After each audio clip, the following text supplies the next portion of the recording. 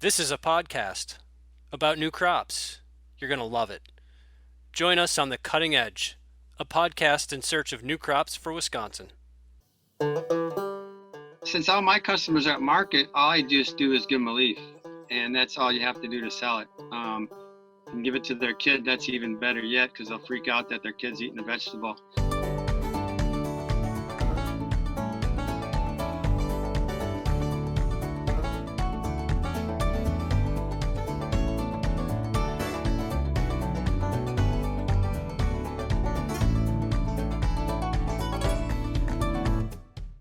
Welcome to The Cutting Edge, a podcast in search of new crops for Wisconsin. And today we're shifting gears quite a bit to talk about more of a specialty crop, a vegetable crop, and that's spinach grown in a high tunnel over the winter months in Wisconsin. Excited to talk about this because I think there's a lot of potential, and we know that these high tunnel greenhouses are popping up all over the place. So we have two guests today, Chris Duke with Great Oak Farm and Bill Warner with Snug Haven Farm. Do I have that right, Bill? Correct, you do. All right. And joining me is Ashley Olson, our co-host from Vernon County. Hi, Ashley. Hi, Jason. Good to see and hear everybody again today on the podcast. Looking forward to learning a lot here about winter spinach and growing crops in the high tunnel, especially. We kind of had a little dose of winter last week, cold weather, huh? Frost for us, which is, I suppose average in the normal times, but these days with climate change, we haven't had frost this early in September for a while, for a number of years. So let's just start with introductions. Chris, you want to introduce yourself and where you're located, what kind of farming you do, and when your involvement with winter spinach? Sure. So, this is Chris Duke from Great Oak Farm. We have about 12 acres of certified organic produce that we grow out up in the Great North Woods. We're about 12 miles south of Ashland, Wisconsin, so not too far from Lake Superior, about as far north as you can go in the state. For winter production, we have three 30 by 96 high tunnels, or the equivalent of. We have two 30 by 96, and then we have two smaller ones that combine to make up the footprint of a 30 by 96. And we're also in the process of putting up another 30 by 96 as well this fall. So really trying to maximize the return on investment, I think, in those high tunnel structures. They're pretty spendy, somewhere between $10,000 and $15,000 worth of materials, and it's really a loss to just let that investment go and sit idle through the winter months. It should be trying to do something for us. So yeah, that's where I was mostly excited about winter spinach production, and participated in a trial. Was that 2017, Jason? Yeah, 16, 17, 15, 16, 17.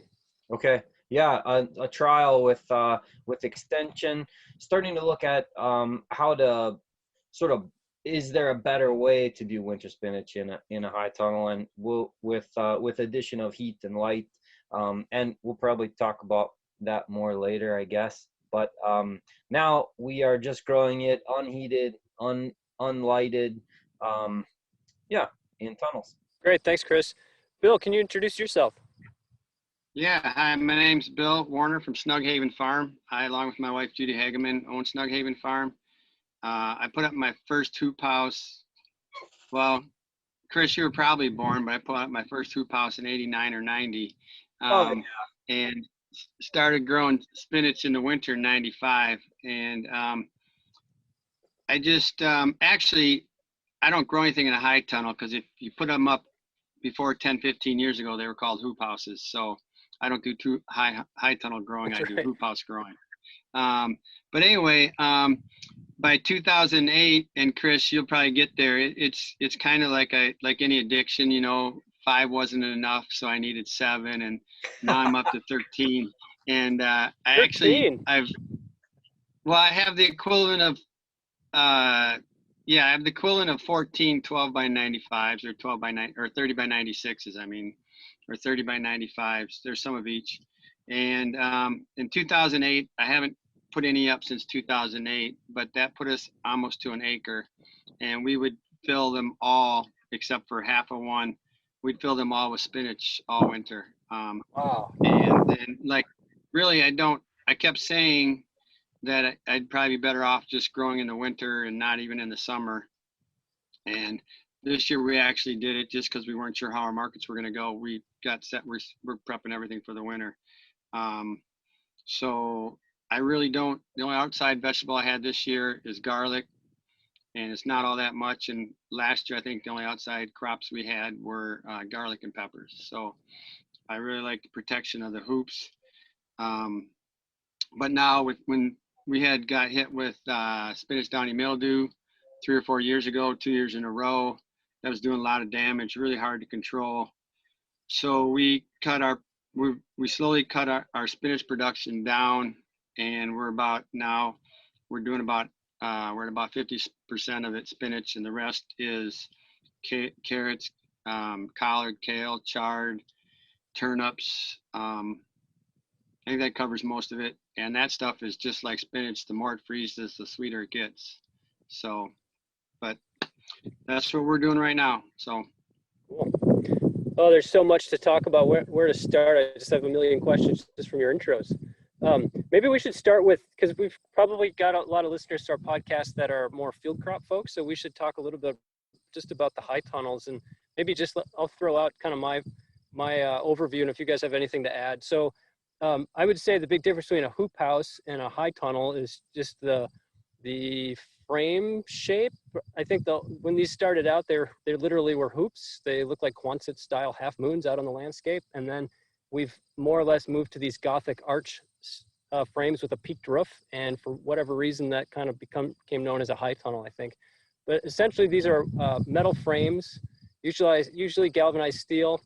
The steel is supposed to last 30 years, and then you put a plastic layer over the top, sometimes 2 with a blower fan for a little more insulation, with roll-up sides and doors that open on the side for ventilation. Sometimes there are vents at the top, but once you start adding more bells and whistles like gable end vents or any sort of heat, then we start to call them greenhouses. And there's, kind of a gray area between what's a greenhouse and what's a high tunnel. But generally, a high tunnel is considered a simple structure with plastic over the top that gives you some season extension, fall and spring, and better protection from herbivores, deer and rabbits, and thunderstorms and hail. And so do I have that about right in terms of what's a high tunnel? Would you add anything more to that for folks that might not be familiar with high tunnels?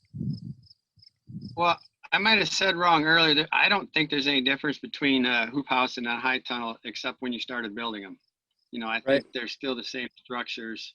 It's more that they didn't call anything a high tunnel, I think, until Haygrove started doing their high tunnel things. Before that, everything was a hoop house. So I think it's just, if you're an old fart like me, you're used to hoop house. You've been saying hoop house since 1990, so I'm never going to say high tunnel. Gotcha. Chris, anything to add? I would just say that also the nice thing about the hoop house for us, or high tunnel, whatever you want to call it, is protecting it against snow, and not just wind and rain and that kind of stuff, but a lot of times we're getting our tunnels planted in the spring when there's still quite a bit of snow on the ground. Getting started planting in March, and the sidewalls can be 4 feet high of snow, that slid off, and I would also say with the structure of the tunnel, we've really gone toward liking the ones with the peaked roof because they shed snow better than the round roof ones. The round roof one, the snow kind of slides down, and then it sort of wants to build up around the arch of the tunnel structure. But the Gothic peaked roof, it sheds snow and then it drops straight down, and it's a lot easier to just move out with a loader, and then also let more light come in into the house, because the sun is such a low angle in the wintertime. That's a precious commodity. So really try and not let the snow get higher than 3 feet or 2 feet along the outside, so that we can still let lots of light in. Gotcha. Talking here. So, oh, go ahead, Ashley. As we're talking about structures, one thing comes to mind, where I am located over here on the southwestern side of the state in Vernon County. The high tunnels, we have, I think in Vernon County, the most in the state that were partially funded or maybe fully funded through NRCS, the Natural Resources Conservation Service. And as we're talking about the structures, maybe we can talk a little bit about the cost of them too, and maybe that's down the line. But did either of you've been doing this many years, utilize the NRCS at all when constructing your high tunnels or hoop houses? We did, yeah. At Great Oak Farm, we got a cost share for an NRCS tunnel. Yep. When it first came out, I don't think I had really hardly any other unbroken ground because I was just farming mainly in hoops, and you had to put it on ground that was already broken, that you were already farming. So I really wasn't, well, I probably would have been eligible, but already having 13 of them, I didn't think I'd be very high on the priority list. Yeah, there's lots of them going up. I just was thinking about that if we have listeners that have heard of that through the NRCS. So interesting to know. So let's maybe walk us through your production cycle. You know, when do you start seeding or transplanting the spinach? What do your harvest schedules look like over the winter and spring? And then when do you usually transition out of spinach into your next crop in the spring? So Bill, do you want to start? Yeah, I'm just about done planting all my spinach right now.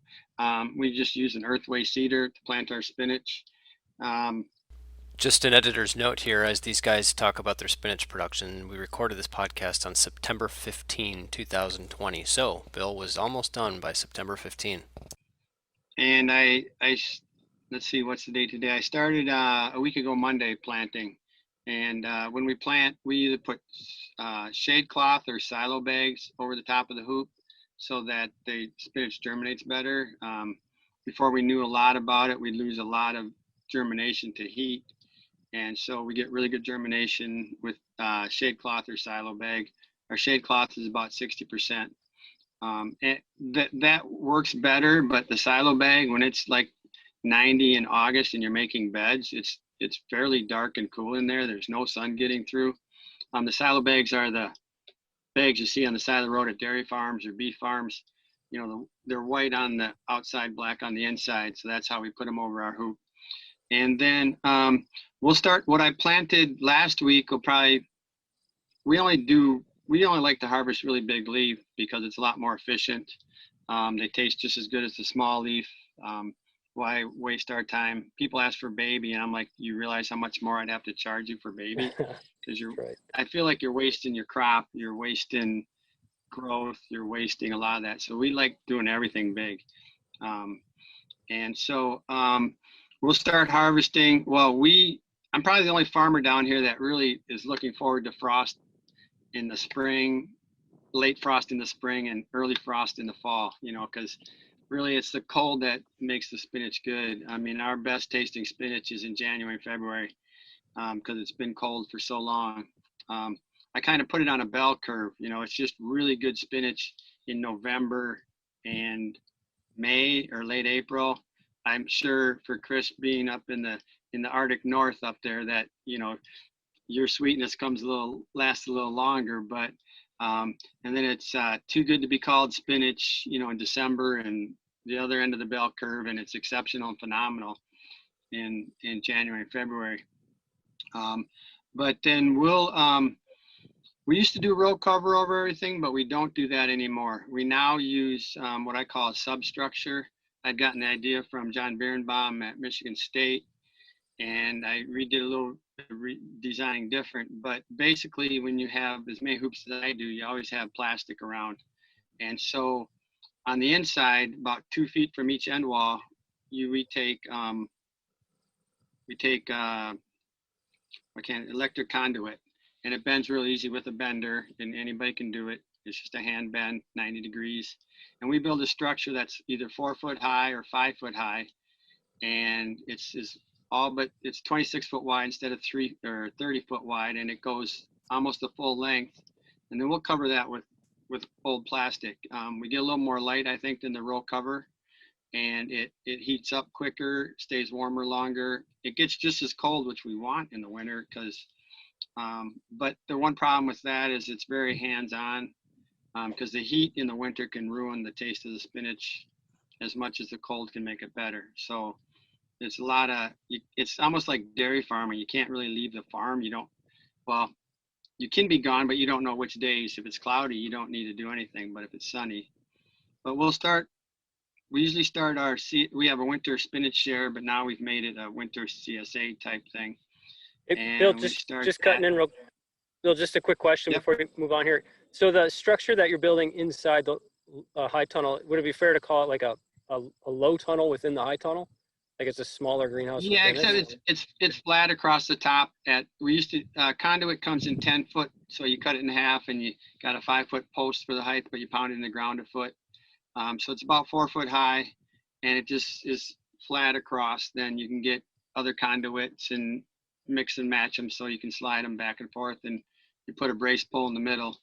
I have pictures of that from other presentations, but I don't know how I'd get it to you now. I guess I could forward a PowerPoint, but and then so that's my second layer of plastic. And what's really neat in there is, I mean, I didn't kind of read your study very much, but I would never heat to grow spinach. I just can't see it paying. Maybe your numbers. That's why we have universities do research for us, and people like Chris hopefully doing the work. But so light is far and away the number one thing. I mean, heat's fairly irrelevant in January, February I shouldn't say irrelevant, but it's a lot warmer under there, and you get more light than the roll cover, and I can put my heater under there. So when we're the size we are, my employees are going to need to start cutting even in January if it's below zero at like 10 o'clock. And it sure takes a lot less heat. When I did read your study, I didn't know where you'd put the heater. If you're heating the whole hoop house, man, did you spend a lot on propane. Well, Chris, I suppose the university spent it for you. But no, we actually just heated the bed, so it was one bed at a time. Yeah, with a little inflator tube that ran down the bed over top of it, and then each of the 3 beds was heated to a different degree. Yeah. Did you have roll covers over those then? Yeah, correct. Yep. Oh, cool. Okay, so you retained a lot of the heat, yeah. But the 5 foot high one, it's easy to go under to pick collard and kale. The 4 foot one works for spinach because you're kind of hands and knees harvesting anyway. So, but I do like the 5 foot one more and more. But I think my ground warms up faster. And when I was talking with Matt Kleinhentz from Ohio State University, I don't know if he's extension there, but it used to seem if in the cold winters, I would go and thaw my spinach first thing in the morning, and it'd run my heater for about an hour, which cost me about $1.50. And I'd do that in each hoop. And it seemed like my spinach just did better. And he was saying the photosynthesis, there's really almost not enough light for 2 of those months. And the damage comes if you can't use that photosynthesis. And so I have hardly any damage compared to what I used to have, as long as my spinach thaws out every day. And with that substructure unit, it thaws out a lot quicker, and it probably is using the sun better and getting less damage. I don't know, Bill, if I too far, but if you've planted here by mid-September, it's September 15 today. When would be your first harvest off that bed, and how often will you harvest it? And then when will be your last harvest typically off a bed? Well, with as many hoops as I had, when I planted them all, my first harvest would be late October, maybe a little bit to farmer's market a little earlier just for a little more cash flow. But our CSA would always start the first or second week in November. And that's where at one point we were doing about 200 pounds a week to that, and about 150 pounds, 200 pounds a week to market, and a little bit to restaurants. But the main, it tastes better in late October, but it doesn't really start tasting really good until November. I don't have end walls on my end at that point, so I'm trying to get it to freeze as much as possible. I really don't put my substructure over. I'm not answering your question. I should run for office. I'm doing good at that. Anyway, so I'll go back to the question. We'll harvest some of the hoops as late as early May.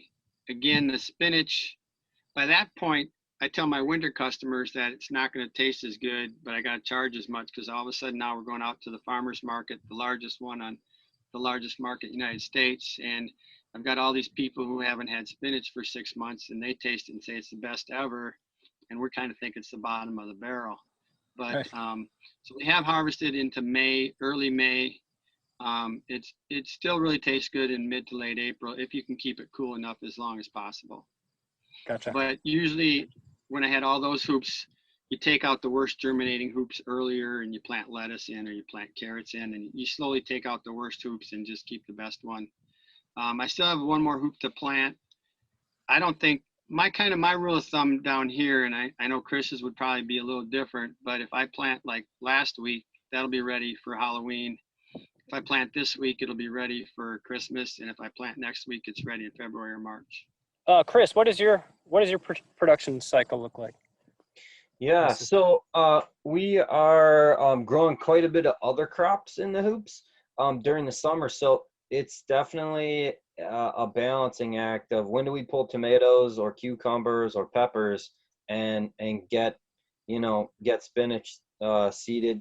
But usually, like Bill, I kind of start the end of August and then try and wrap it up by the third week of September. And the different successions, it's amazing what 7 days will do in the fall. Waiting 7 days in between plantings, it's like way different than in the spring, waiting 7 days. Sometimes those plantings almost catch up with each other, but yeah, in the fall, as the light and the heat just drops away, they grow so slow. So yeah, the early planted stuff, well, I should back up. The other big variable for us is the weather, because last week it was in the 50s and for the high and cloudy, with the lows right about frost. And then that's actually decent weather for germinating spinach, but sometimes it's too doggone hot, and that soil in the hoop houses it's just warm to the touch, when you're getting ready to seed. So that's another thing that we try and do is wait until that soil is cool off a little bit before we seed. So like Bill said, we get a little bit of germination, and when we're getting ready to seed, we'll open up the ends of the hoops and roll up the sides at night, and so try and get that place cooled down as quick as we can. Sort of the opposite of what you're doing, for the summer crops, the heat-loving crops.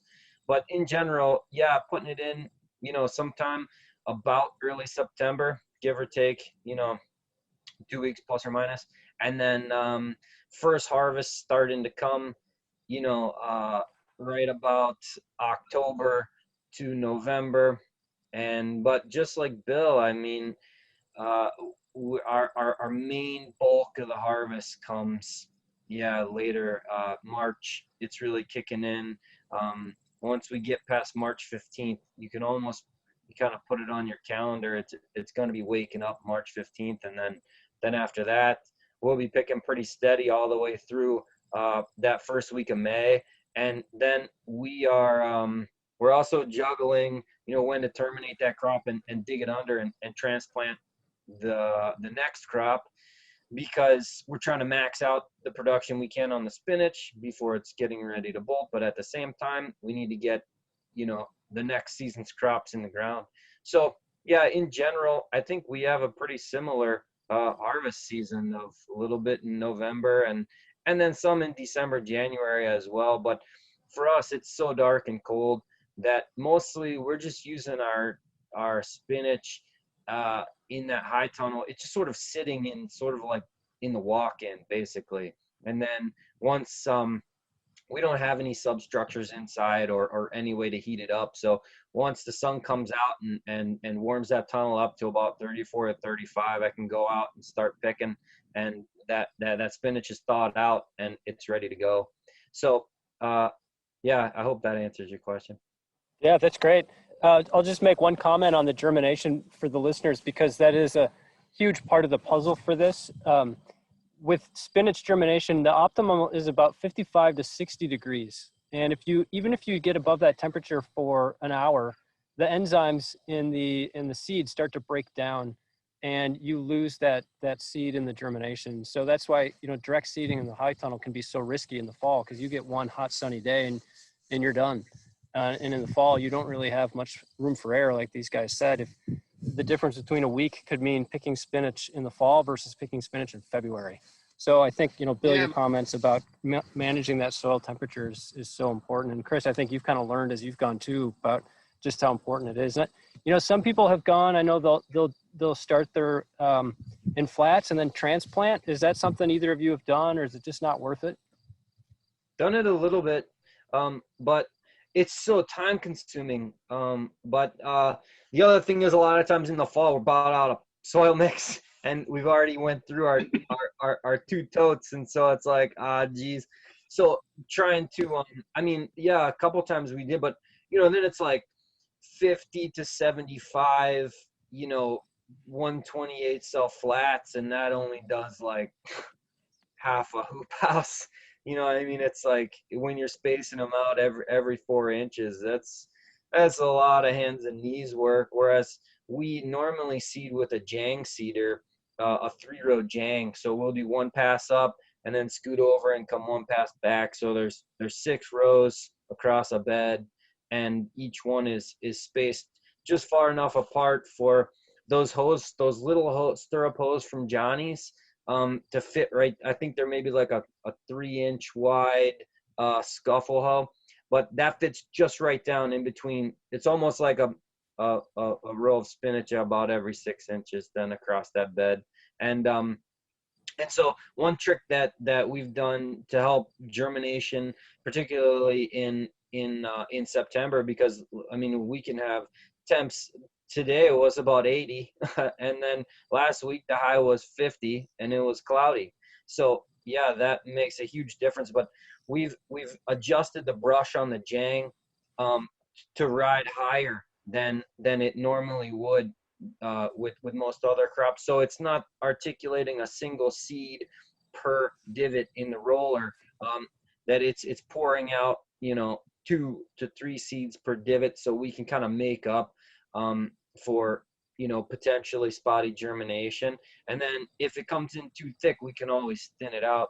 That's not a big deal while we're harvesting. But then there's also going to be some, it's mechanically cultivated with a hoe, so you're going to take some plants out every now and again, whether you like it or not. So a little cultivator blight. But if you plan ahead and have maybe a little thicker seeding than you had anticipated, that doesn't leave you with all of a sudden somebody moves their hoe wrong and takes out 12 inches of spinach, then you're not in trouble. So the other thing that we've done this year that has been really great is paying attention to those warm days and turning on the overhead irrigation in there for an hour or 2, maybe 3, during the hottest part of the day, middle of the day.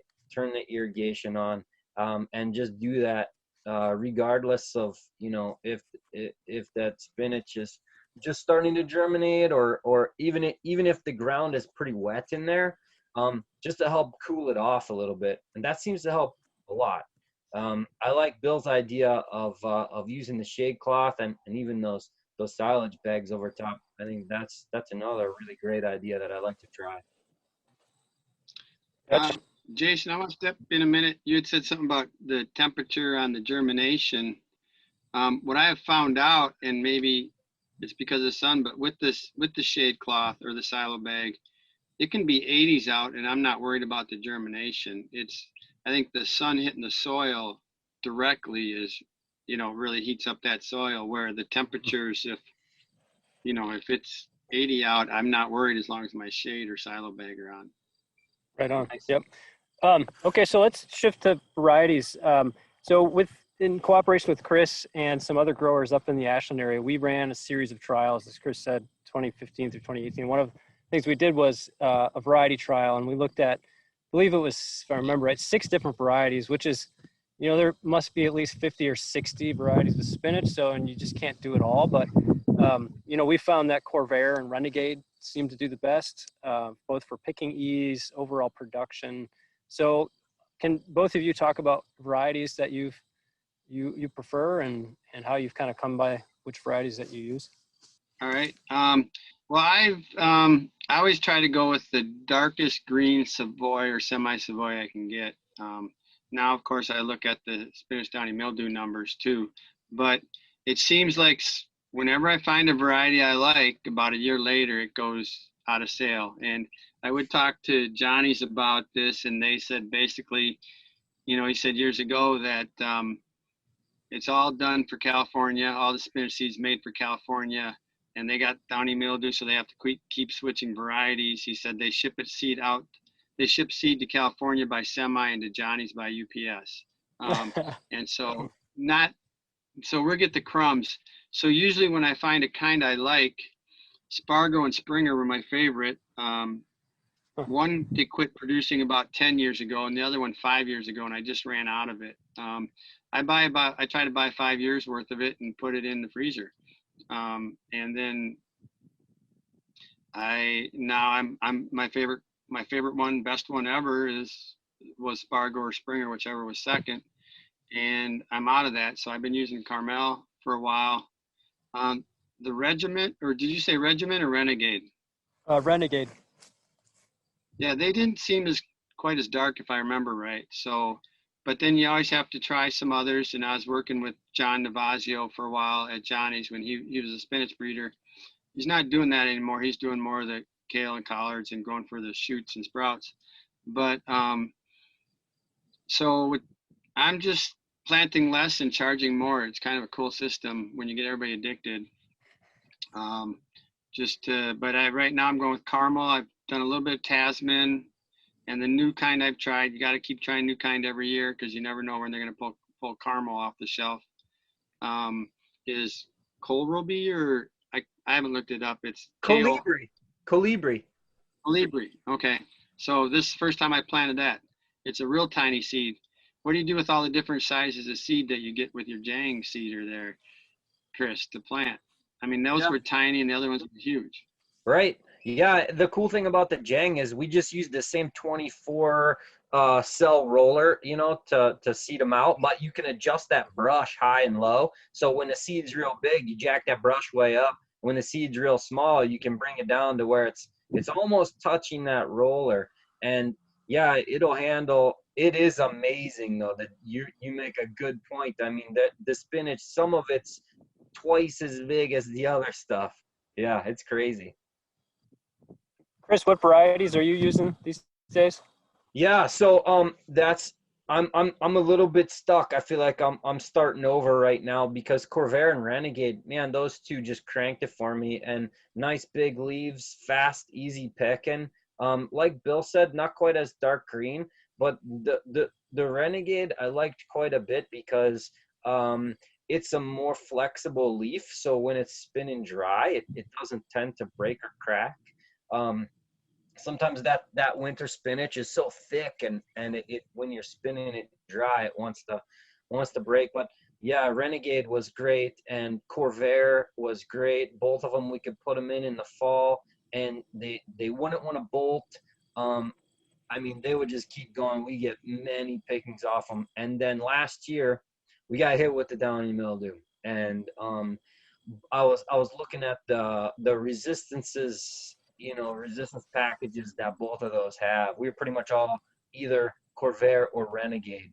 And both of them were susceptible to 12 and 14. So twice we sent in samples to figure out which race we had.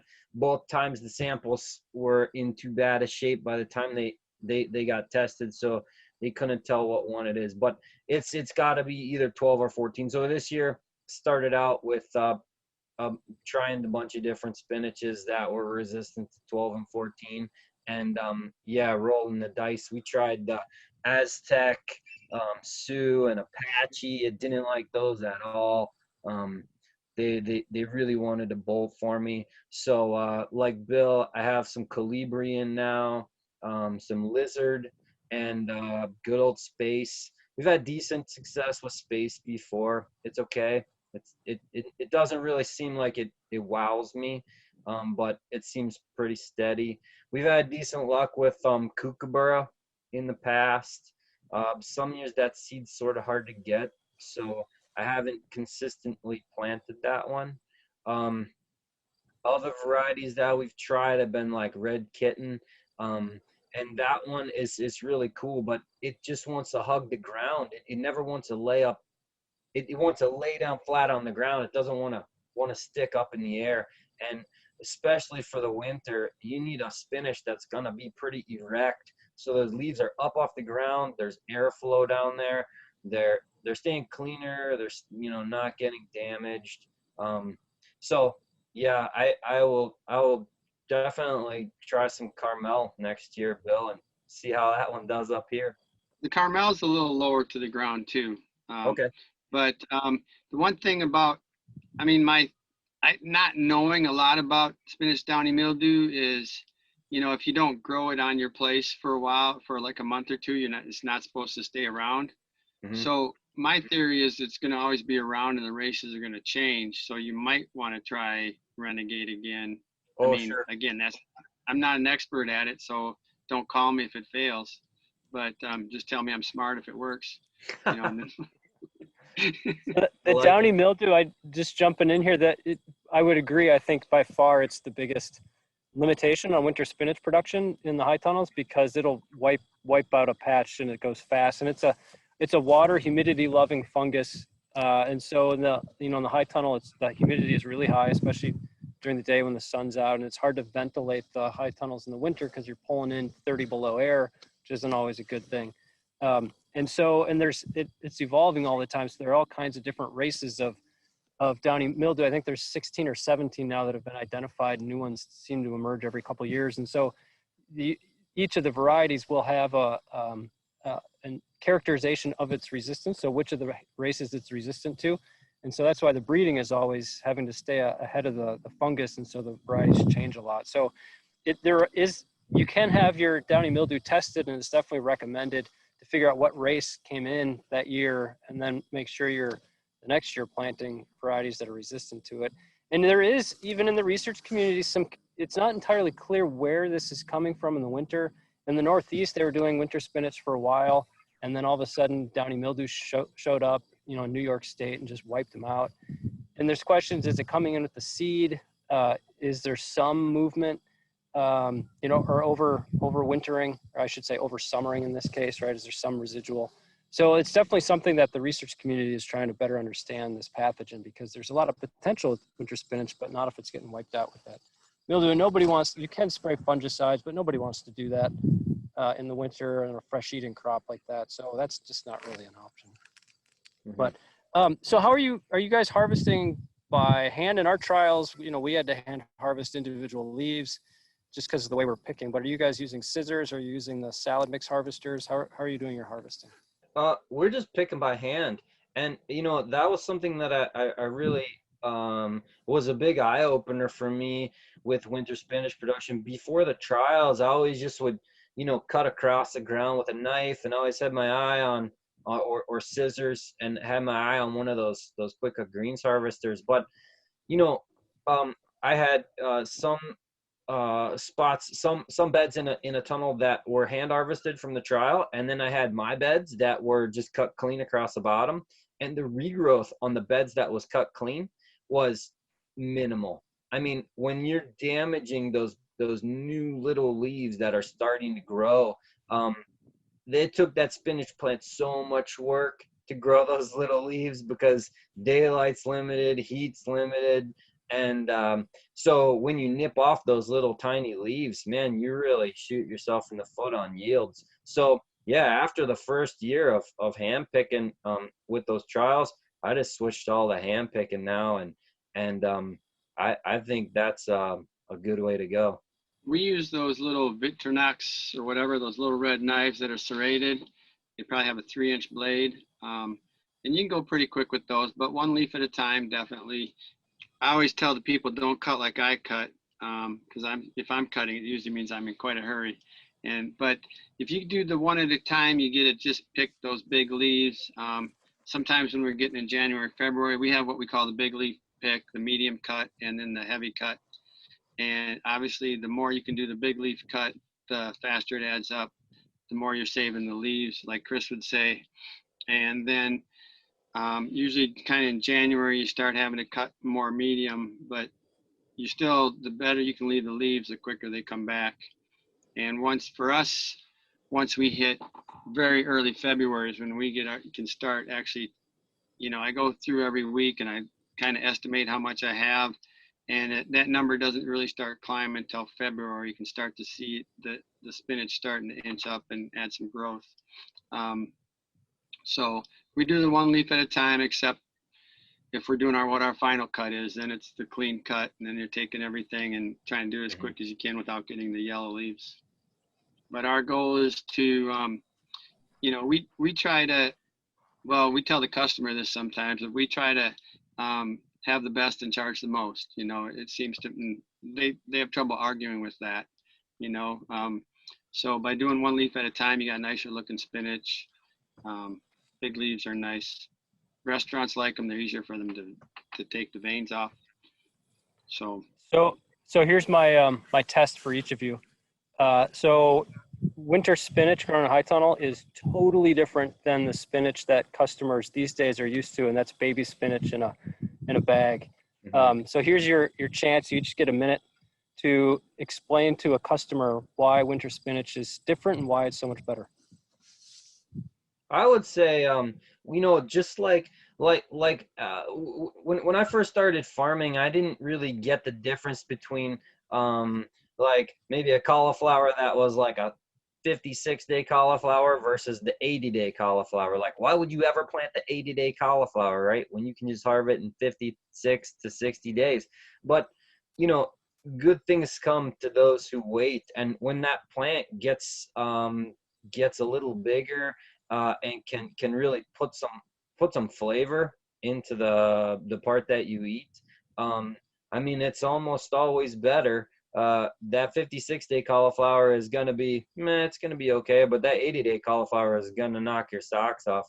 So same with the winter spinach. I feel like you eat it when it's big, and it's got way more flavor and a better texture than those little tiny baby ones that haven't even really got a chance to get rolling yet. That's pretty good. Bill, can you do better? Well, yeah. No, I don't. Well, I can. Yeah. No, actually, Chris has got it colder than I do, so he can have sweeter spinach than I do if he does everything. But since all my customers are at market, all I just do is give them a leaf, and that's all you have to do to sell it. And give it to their kid, that's even better yet, because they'll freak out that their kid's eating a vegetable. Right. I think it was May 99 issue. There used to be a magazine called Gourmet Magazine, which was a big foodie magazine, and it was a nationwide. But somebody in the Ritz in Chicago was using our stems, and the restaurants take off stems just because they take longer to cook, and the stems are the actual sweetest part. So we sometimes even just sample the stems just to get people attention. But all we do, we just sample it. Then I go on to sampling the next person, and eventually they'll just come back, or they, that's just give them a taste. That's always the best sell. How are you marketing it? You said something about CSAs, and this is both for Bill and Chris, but maybe Bill could start. How are you marketing your winter spinach? Well, my wife and I were managers of the Dane County Farmers Market in 2000 through 2002, and that was soon after we started growing spinach all winter. We had someone who had our spinach in the spring. The first time I had it, I took it to a restaurant before market started, and he had said it was the best he'd ever had. He'd take it all year next year. And then we would start selling it in late April at the market, and then someone else knew we had it in the winter and said, hey, I put eggs on my porch. This was like 97 maybe, and says, I put eggs on my porch. Can we buy spinach? And I'll put it on my porch for my neighbors to pick up. So that kind of started our spinach CSA, but then we started winter market in 2002. And like I said, it's all just by sampling. And as we've had market, we quit doing restaurants slowly because they always switch chefs and you got to train a new chef, as I like to call it. But it was just sampling spinach. It's just, either guilt they buy it or they like it. I don't care which way it is. That's all it is just, and now that we're cutting back, I mean, with downy mildew, I think we told our CSA people that we had to cut back. So we raised our price from $11 a pound to $13 to hope a lot of them would drop out. Just so we'd have enough. Can you repeat those numbers? Yeah, Exactly. we raised our price because we were cutting back, growing like 80%. We raised our price from $11 to $13 a pound. Okay. That's when I saw 450 on your reports. I was kind of Yeah. like, what? Well, So and Chris, did you hear those numbers? Duly noted. Duly noted. Well, back the chef that told me he could take it all winter, we were $3.50 a pound then, and that had to be 95. And he actually he said, well, no, I should be paying you $4 or $5. And he must have known more, like he wanted that product. He wanted everything I could grow. So he's like, here, I'm going to pay you for it. So he raised our price from $3.50 to $5 on us. $3.50 to $6. So the first year we used to just chop it off, throw it in a bag and take it in and not even wash it. And then, so that fall, the next year I said, well, what makes it worth $6 now? He goes, if there's no stem and it's washed. And so that's when I realized that with the hoops, and it's just, I can only grow so much in a hoop. So I want to add all the value I can to everything I grow in it. That's so we take it clean, not a lot, there's hardly any stem, even though that's the sweetest part. But anyway, we raised our price, trying to get people to drop off so I'd still have some at market. Well, not enough people dropped out. So at market, I had to start taking pre-orders. I'd send out an email and people have to sign up, and nobody wants to get on more email lists. But they would, if they saw me giving people spinach at market and they couldn't buy any, they got on the list. And so what was really, now I'm thankful for spinach downy mildew, because when our market got canceled in mid-March, because we sell every week all winter, 100 some pounds of spinach at market, then I had the email list of 500. And so I was able to just still sell to people during when we were shut down. I was able to still process orders and did some very quick acting, set up sites. And we had told our people when we first started raising the price that we were going to raise it 50 cents a pound a year, and we're going to make them buy other stuff. And we still can't get people to drop out. So this year our CSA will be $14.50 a pound, and our market price will be $14 a pound. But again, they don't have to wash it. It lasts, well, we tell them it lasts 2 weeks, but it usually, really it's 3 weeks. So, if you cut it right and treat it right, it'll last. Chris will tell you that. Oh yeah. Yeah, it's really cool. One of the things that our farm has focused on with the high tunnel crops and field crops is crops that aren't fussy, that you can put them in the cooler and you're okay for a week or so. You don't have to, it's not like raspberries where, for crying out loud, somebody better eat them like within 48 hours of them getting picked, or it's just a waste of time. So yeah, I really like that about the spinach. Our spinach price is right about $8 a pound. That we've been selling it for, and then it's getting marked up from there, to whoever. So we usually sell in a 6-ounce bag. So yeah, it's so somewhere between $8 and $9 a pound now. But yeah, I think, yeah, it's a premium product, and I think it's fair for us to charge a better price for it. And it's different. It's a totally different product than that baby leaf mechanically harvested California stuff. And it's I think it's really interesting. I get a lot of feedback that, like Bill said, some people will get spinach and they'll get 2 bags because their kids want to eat a bag on the way home, like it's potato chips or something. It's so sweet and good. And mostly we sell our spinach through CSA.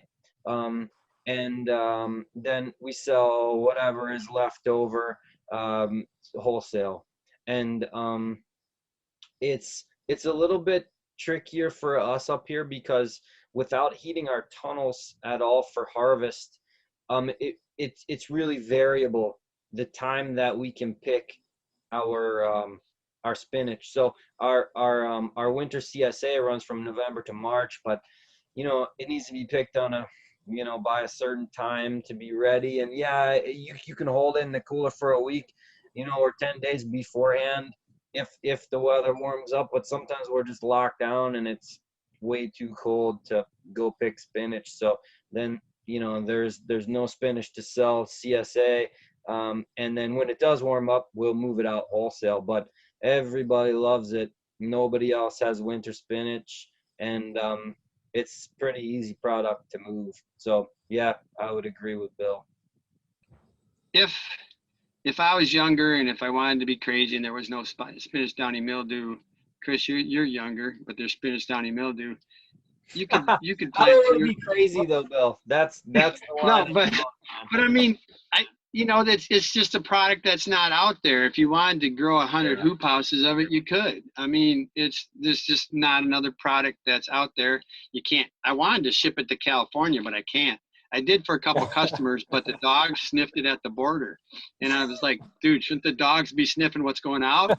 And so we actually got a letter from the California Department of Ag that we can't ship spinach unless we go through a process. But I thought it'd be cool to be shipping spinach to California because that's where it all comes from. Right. But, Here's what spinach is supposed to taste like. Yeah, right. Yeah, so Return the favor. there's no other product like that. I mean, there's a few farmers now doing it around here, and you see it in the co-op a little bit, but in the weekly newsletter from the co-op, you always hear the customer complaining, why I can buy it at market, why can't I buy it at the co-op? And the co-op says, well, he can get full price at market. Here you can bring it to us, but he's not going to get full price. So like Chris said, unless he's got that little bit of glut, he's not wholesaling it. So it's just not another product out there. So right. Marketing is not a problem. You don't have to answer this question if you don't want to, because it's a little personal, but let's take a bed of spinach 3 feet wide, 96 feet long. If you've crunched the numbers, what kind of returns might you expect off that one bed of spinach? Are we talking $100 per bed, $1,000? It's one of those crops that works. It's pretty, it's undercover and protected, and it's, you can sell thousands of dollars of it.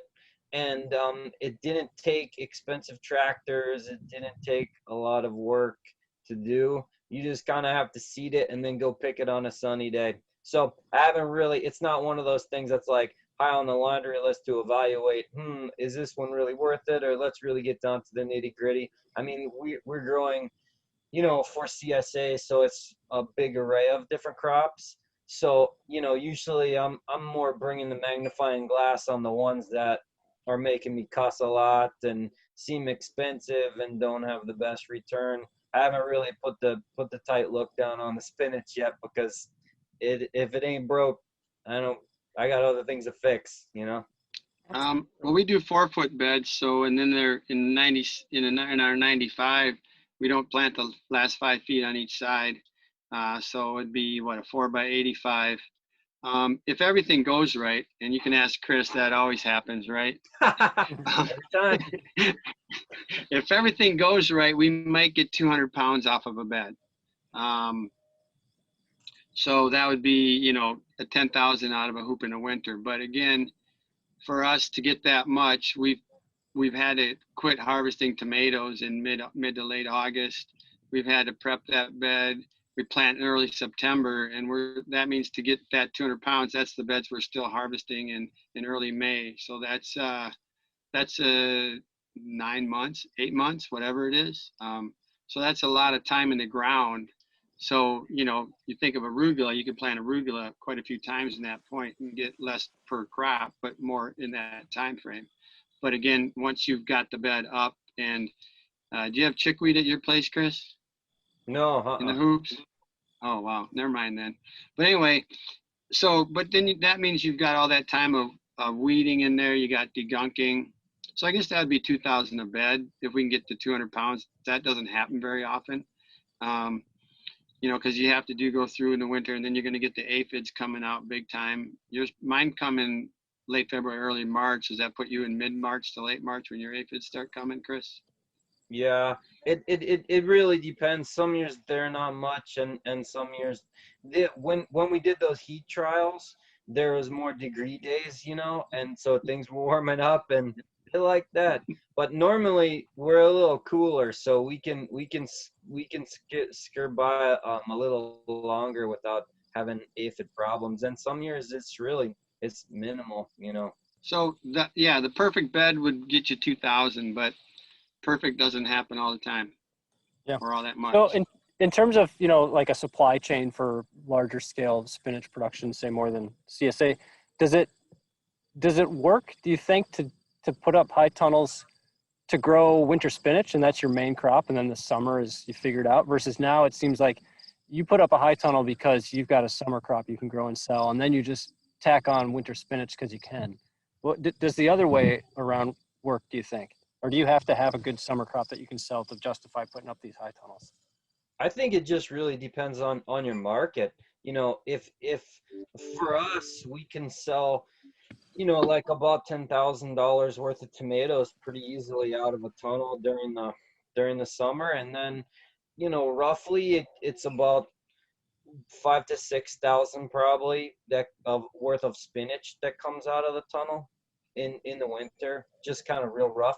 But so in the, you know, just looking at the numbers that way, juice to squeeze makes more sense for us if we're just going to grow one crop, to focus on that summer crop and then get the leftovers off the winter spinach, just to kind of keep some revenue coming in and keep that structure trying to pay for itself a little better for us up here, you know, because our growing season is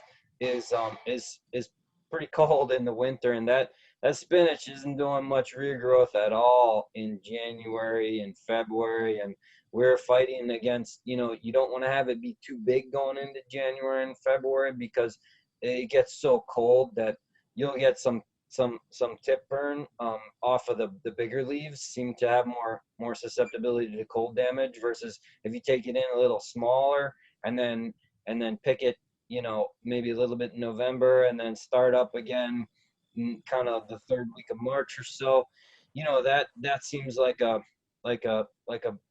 good system for our climate and also our markets, really.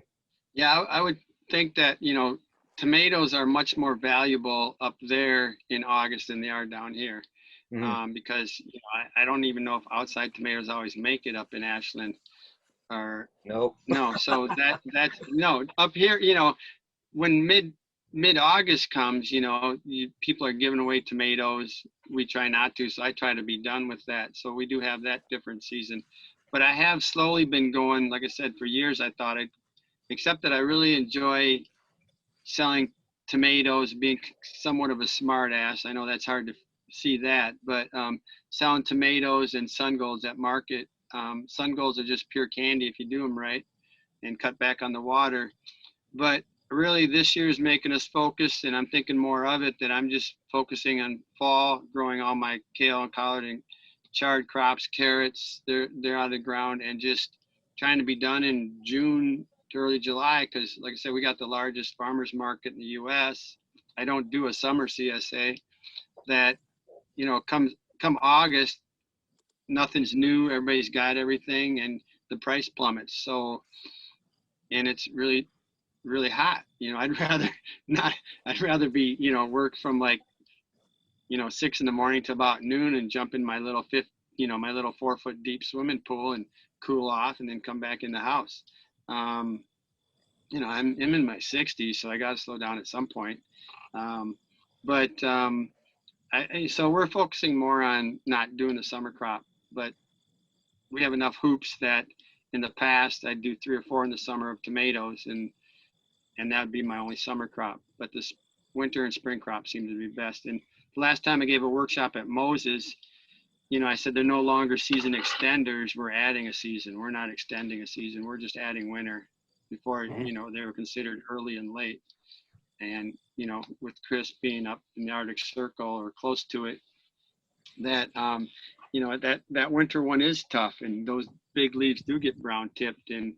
But when we do grow the spinach, we grow it as slow as possible. We're airing it. We're opening up our tunnels every day. Well, the inside tunnel we open up pretty much every day. If it's only gonna get down to the 20s, we leave it open. We'll even keep our end walls somewhat open a little bit to let cool air in, because heat can kill it. And when you get, some of that big leaf tip burning is from if it's gotten too hot and grown a little too fast in the last week, then that gets way too tender, and that'll give you your tip burn. And so, come March, if it's above 20, we leave everything wide open as possible. We don't have roll up sides. We just roll up our ends, and keep our inside tunnels open. But most of the time nowadays they're open. But when Chris was talking earlier, I'm going to keep rambling, sorry. When he was talking earlier about shedding the snow, when we had that polar vortex, usually the coldest weather follows the snow for us. And I'll leave the snow on my hoops because that gives me insulation.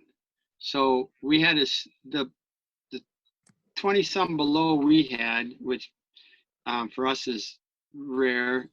We had 25 below with about 6 inches of snow on my hoop and that inside cover. My hoops in one area, which is a little more level than the other, only got down to 18 at night, which is phenomenal. So you're dressing for 25 below, and by the time you get in the hoop, you're sweating because it's 18. But so we use the snow as insulation because usually the cold follows the snow. But then at some point you need the light to come in. That times I did have to turn on my heaters because it was dark in there. But I tried to barely thaw it out because I wanted it to stay. I didn't want to melt the snow off my hoops. Smart. Thanks. I'm not often accused of that. And I just want to add, as we're getting ready here to probably to near the end, it's just really interesting to me, the difference in the growing seasons. And I mean, I know that is with all crops, but even having these high tunnels or hoop houses, just in Wisconsin alone, Bill, from where you're located, a little south, Chris, up to the north, it's been very interesting to hear just the different methods and things you like to see or don't see based on your location. Yeah, one of the things with that snow and what Bill was saying, yeah, for a light snow like that, I don't mind leaving that, on top of a house, especially overnight and when it's going to be getting cold. And then we've had, some pretty big snow events, and snow's kind of a lot. And so in a hurry, all that snow sheds off the roof, and it can pile up to be 6-7 feet tall, in short order. That puts a lot of pressure on the sidewalls pushing in. And so you sort of have to be a little bit careful when you're removing that snow, so that you don't plow out one side of a tunnel that's got 8 feet of snow off, banked up the side, and then the other side of the tunnel with the 8 feet of snow pushes on it, and then the whole thing. I mean, this has happened to a number of growers up here. The whole thing just slides off to the south if you plow the south side out first. So yeah, I think when you got smaller amounts of snow, you can use that to your advantage. And a lot of times right before a snow, I'll go plow and move the old stuff that's there, so the new stuff will come and fall, and then it'll be 2 feet, 3 feet high on the sidewalls, and that'll kind of help protect the cold from sneaking in quite so fast along the edges. Once all that fresh snow slides off the tunnel, and then it's got a nice layer of insulation. The only other consideration with that is really good drainage around the outside of your tunnel, and I guess that's probably true for whether you get a lot of snow or just rain, or any kind of a mix. But really making sure that anything that's melting along the outside is not draining into your tunnel and making those outside beds all wet, because that's gonna, once that soil's cold and wet, that spinach is just gonna sit there. I mean, any crop is gonna, but that spinach is gonna too. And so really try and slope that ground away so that, that snow melt and runoff, it's not making wet spots in your tunnel. The other thing that comes into those wet spots is slugs, and you don't want that on those nice big pretty spinach leaves, making holes in them and stuff. So yeah, I guess one more consideration, always things to consider. Yeah, because we were kind of in a bowl that faces south.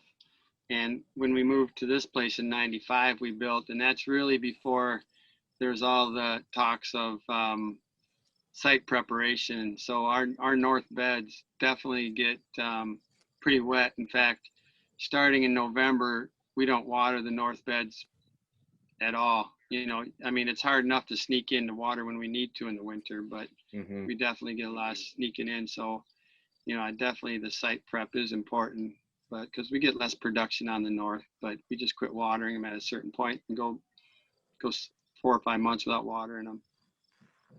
One thing that's funny is, with that the water in the high tunnel, it seems like it's such a pain in the butt when it's 15 below or whatever, and you don't want to go outside and think about watering.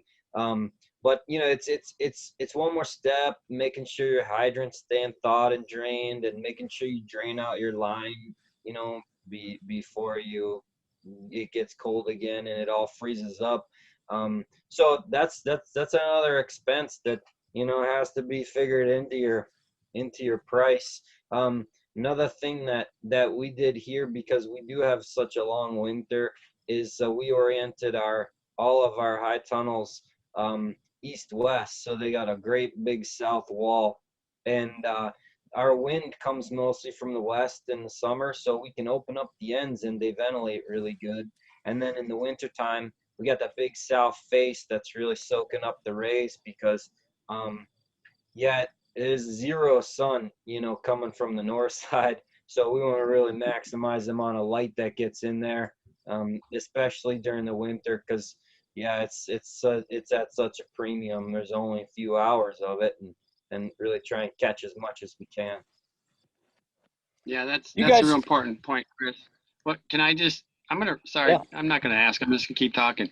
Yeah. The point Chris made is what, even when I was given my first workshop, I think in '93, I said east-west, because then at least you're getting the maximum amount of sun. But the greenhouse people would swear you got to go north-south, and there was more greenhouse people than there was hoop people at the time. And it's and Chris is so right. You get the max sun absorption if you're east-west, and with a greenhouse, you want even light on all your plants, and that's why they'll go north-south. But there's still some hoop house or high tunnel people that'll disagree with the east-west. But I can't imagine putting one any other way. We got some that slope. We're slightly facing a little bit north of east on a couple, and they warm up a lot faster, but they cool down faster. But it's mainly east-west. Well, you guys did a great job. It's so fun interviewing, farmers that are out there figuring this stuff out and on the cutting edge. So any last words of advice for our podcast listeners about winter spinach before we wrap it up? I would say just one thing I guess I didn't talk about was row covers, and we don't have a substructure inside like Bill does, but I do use row cover, usually heavyweight row cover, and sometimes 2 or 3 layers when it's wicked cold at night. And then as soon as it's warming up, though, just like Bill said, even if it's not plastic, it's still letting some ventilation through. But man, you still got to go pull that stuff and make sure those leaves are able to get to that sun and that they're not sitting around all humid. I think for us, I tried plastic before, and it was trapping in a lot of humidity. I was having a lot more like leaf disease pressure in general, and I feel like when I switched to the row cover at night, even sometimes doubled up or tripled up, then most of that went away. But I can still get away with having a little bit bigger leaf and less tip burn.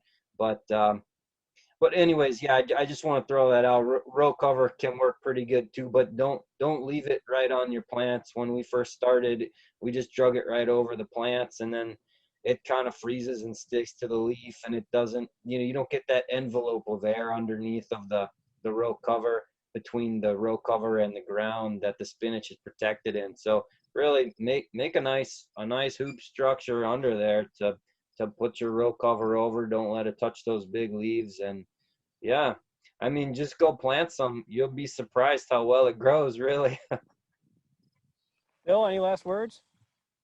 Yeah, probably I would say in the early 2000s when I gave a workshop, my first slide would say, why take winters off when you can work? And so it's just, if you're going to do it, that's why a lot of farmers don't necessarily want to do hoops all winter, because they want to break. If you're going to do it, you're going to have to spend the time to do it, and you'll learn a lot just by doing it, but you'll have to be out there. I don't have to go out every day. I just don't know which days I do or can't go out. It depends on the sun and the clouds. So if you do it, just know that you're going to be going out. But hey, good vitamin D. It's good to be out in the winter. It shortens winter up a lot for me. So I assume it shortens your winter up, going out in March hitting 80 degrees in your hoop and you feel it's warm again. Yeah, it feels really nice. That feels a lot better than when you go out in January and you get those 35-degree drips of water that drip off the roof and come right down the back of your neck of your jacket. That's not the fun part. But like Bill said, I mean, you want to extend your season. You're extending your season. That means either you or your employees are going to have to be out there working in January and February. So somebody's got to do the work. But yeah, I mean, I feel like it's worth it. You already have that high tunnel structure, and it's a pretty easy product to market. It's pretty straightforward to grow. But yeah, like I would agree with Bill, you're going to put in a little bit of time.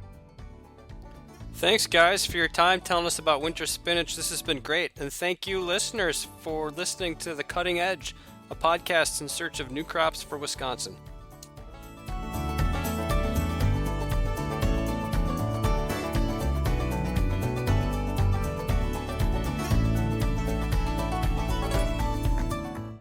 Brought to you by the University of Wisconsin-Madison Division of Extension.